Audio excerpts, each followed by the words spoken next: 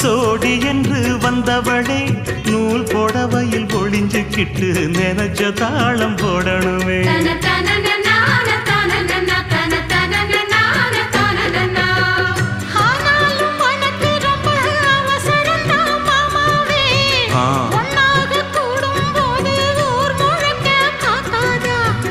பார்த்தாலும் தவறு இல்ல பனியுறங்கும் ரோசாவே உன்னால சொத்த வச்ச மூக்குலதான் வைக்காதா.